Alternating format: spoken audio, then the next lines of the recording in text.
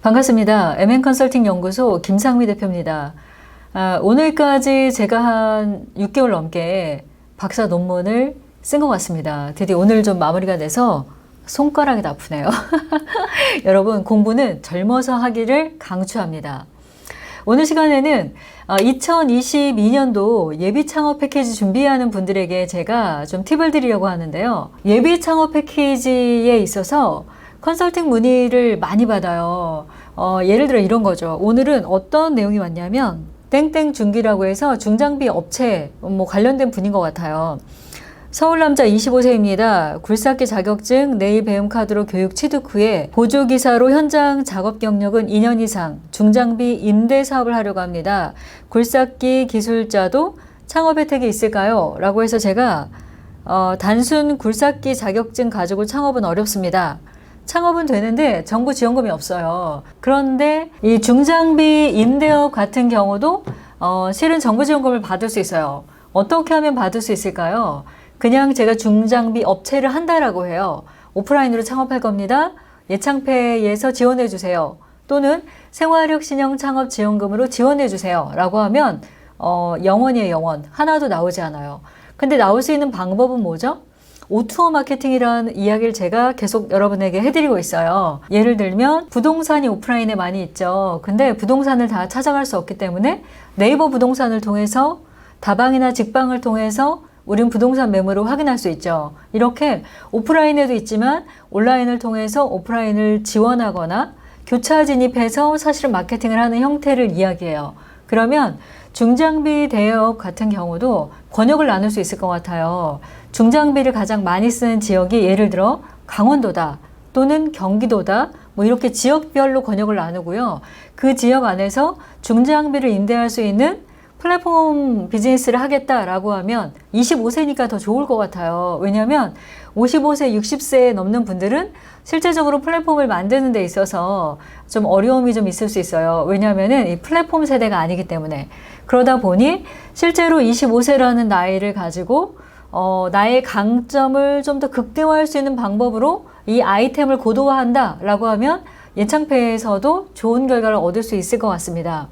이렇게 나의 아이템을 실제 오토 환경으로 몰고 가고 오토 플랫폼화해서 사업계획서 쓴다라고 하면 합격률은 상당히 높아지겠죠.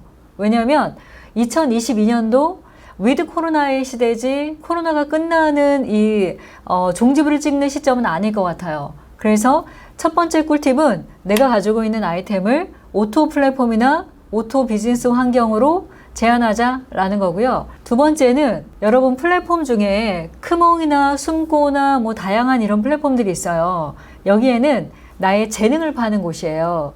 근데 요 몇 년 동안 상당히 재밌는 것 중에 하나는 뭐냐면 확실히 젊은 그 MZ 세대가 저는 정말 똑똑하다고 생각합니다. 왜냐하면 본인이 가지고 있는 재능의 이 달란트를 상당히 브로드하게 보는 것 같아요. 예비 창업 패키지에 합격한 분들이 본인의 사업 계획서를 숨고나 아니면 크몽이나 등등 이런 플랫폼에 판매를 해요. 예창패 2019년, 2020년 합격한 사업 계획서를 판매합니다. 라고 해서 일정 비용을 주면 다 살 수 있어요. 예비 창업 패키지에 들어가기 전에 여러분이 반드시 해야 되는 두 번째 꿀팁은 뭐다? 이런 분들의 사업계획서를 구매해서 보세요. 이게 왜 중요하냐면 남의 사업계획서를 보면 내 아이템의 부족한 부분들을 정확하게 알 수 있어요. 그래서 가능하면 크몽이나 숨고 등을 통해서 미리 합격한 예비창업 패키지의 사업계획서를 컨닝한다? 굉장히 중요합니다. 그리고 2021년도 같은 경우 합격하신 분들은요, 대부분 비대면이 많아요. 왜 비대면이 많냐면 오프라인에서 사업을 할 수 있는 환경이 아니다 보니까 비대면인 분들이 많이 합격했어요. 그리고 두 번째는 뭐냐면 비대면이 아니라 페이스 투 페이스, 얼굴과 얼굴을 봐야 되는 오프라인 비즈니스의 경우에도 예약이나 애프터 서비스는 다 온라인으로 해요. 여러분이 잘 알고 계시는 카카오 플랫폼 같은 경우도 실제 사람을 만나죠. 근데 그 사람을 만나기 전에 플랫폼에서 사람을 불러요. 대표적인 케이스가 뭐가 있죠? 카카오 택시가 있죠. 택시도 예전에는 그냥 콜택시면 종류가 하나였어요. 근데 요즘에는 방역이라는 부분 때문에 일반 택시가 있고 방역에 좀 특화된 택시가 있고 그리고 그 다음 단계는 블랙이라고 해서 조금 약간 비싼 그런 서비스를 해주는 택시도 있고요. 짐을 실을 수 있는 택시로 나누기도 합니다. 예전에는 그냥 단순하게 전화를 통해서 콜택시를 부르고 그냥 택시를 탔다라고 하면 지금은 고객의 니즈에 따라서 택시도 다양하게 분류를 하고 그리고 다양한 요금 체계와 서비스를 진행하는 걸 볼 수 있습니다. 그러다 보니까 대표님, 저는 오프라인에서밖에는 서비스하지 않습니다. 괜찮아요. 예약은 온라인에서 받으세요. 예를 들어서 네이버 예약 기능으로 내가 가고자 하는 레스토랑이나 식당을 예약해요. 예전에 어떻게 했어요? 다 전화했어요. 근데 지금은 네이버의 예약 기능을 통해서 예약하고요. 심지어 네이버를 통해서 결제할 경우에는 어떤 서비스가 있어요? 적립금이 쌓이기도 하죠. 그래서 그 적립금으로 저는 웹툰을 봅니다, 여러분. 너무 의외이시겠지만 제가 책을 너무 많이 보고 심지어 책을 좀 쓰는 사람임에도 불구하고 스트레스를 책으로 풀고 있습니다. 그래서 네이버 적립금으로 네이버 안에서 책을 보기도 하죠. 그래서 이렇게 여러분이 실제 오프라인으로 비즈니스를 하더라도 예약은 온라인으로, 애프터 서비스도 온라인으로 할 수 있는 이런 비즈니스 모델링을 한다라고 하면 상당히 합격에 가까운 그런 사업 계획서가 되지 않을까 생각합니다. 오늘은 제가 이렇게 예창패에 관련된 사업 계획서 쓰는 방법을 3가지 정도로 정리해서 팁을 드렸습니다. 첫 번째는 뭐다? 내가 가지고 있는 아이템을 O2O 서비스에 올려보자. 조금 더 여러분이 많이 들었던 단어로 만들자라고 하면 플랫폼으로 만들어보자 라는 이야기입니다. 예전에 제가 여러분에게 동영상으로 올려드렸던 쌤투쌤, 다시 말해서 선생님과 선생님을 연결하는 플랫폼인데 선생님의 교육 자료를 플랫폼에 올려놓고 다른 선생님이 구매해서 쓰는 플랫폼, 또는 여러분이 청소를 해야 돼요. 그러면 청소를 하는 분을 찾고 싶어요. 청소를 하는 분을 찾아서 청소를 하고 그분에게 비용을 주는 이런 플랫폼을 만드는 비즈니스를 하자라는 거고요.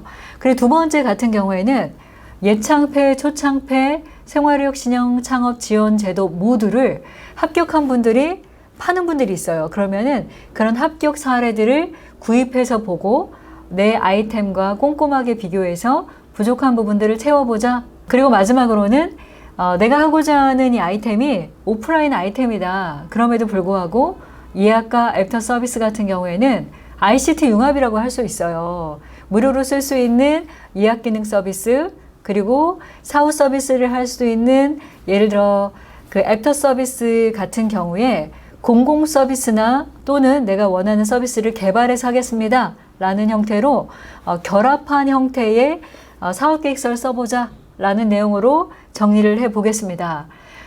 실제로 예비 창업 패키지는 39세 이하에게 혜택을 주긴 하지만 39세 이상 넘는 분들도 많이 지원하다 보니까 오늘은 보다 쉽게 예비 창업 패키지 사업 계획서를 쓸 수 있는 방법을 여러분에게 제가 알려드렸고요. 오늘부터 시작해서 짬짬이 제가 2022년도 예비 창업 패키지 합격할 수 있는 사업 계획서와 다양한 기준들에 대해서 여러분에게 알려드리도록 하겠습니다. 저는 개인적으로 오늘 길게 달려온 이 박사 논문이 1차 마무리돼서 너무 행복한 시간이고요. 여러분들도 지금부터 2022년도 예비창업 패키지 사업계획서 시작과 함께 좋은 결과가 나오실 수 있도록 응원하겠습니다. 지금까지 MN컨설팅 연구소 김상미 대표였습니다. 감사합니다.